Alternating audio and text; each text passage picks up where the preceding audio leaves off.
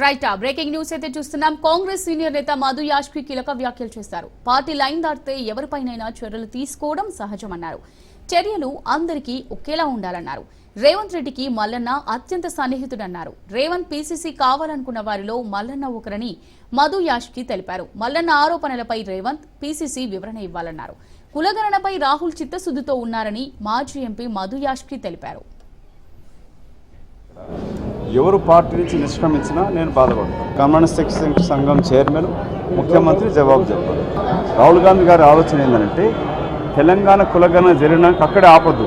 ఈ కులగణన జరిగిన తర్వాత ఏ విధంగా మనము సామాజిక న్యాయం చేస్తామనే రీతిలో తెలంగాణను ఒక ఐడియల్ స్టేట్గా తీర్చిదిద్ది దేశంలో ఒక నమూనా స్టేట్గా తీర్చిదిద్దాలని వారి ఆలోచన విధానంగానే రేవంత్ రెడ్డి గారు పనిచేస్తున్నారు.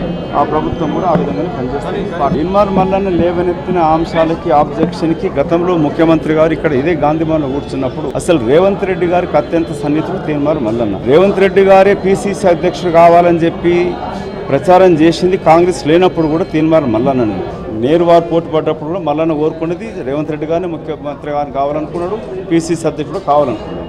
సో వారికి ఉన్న సందేహాలు ఏమైనా ఉంటే అటు ముఖ్యమంత్రితో నివృత్తి చేసుకోవచ్చు, లేక ఇంకా ఈ కులగణన సర్వే పైన ఉందనంటే నేను దాంట్లో అన్నట్టు భాగస్వామిని కాదు. నేను ఎవరికి తీర్మానం మల్లన్నకే కావచ్చు ఇంకొకరికైనా సందేహాలు ఉన్నా కూడా ఈ ప్రభుత్వం నివృత్తి చేయగలుగుతుంది.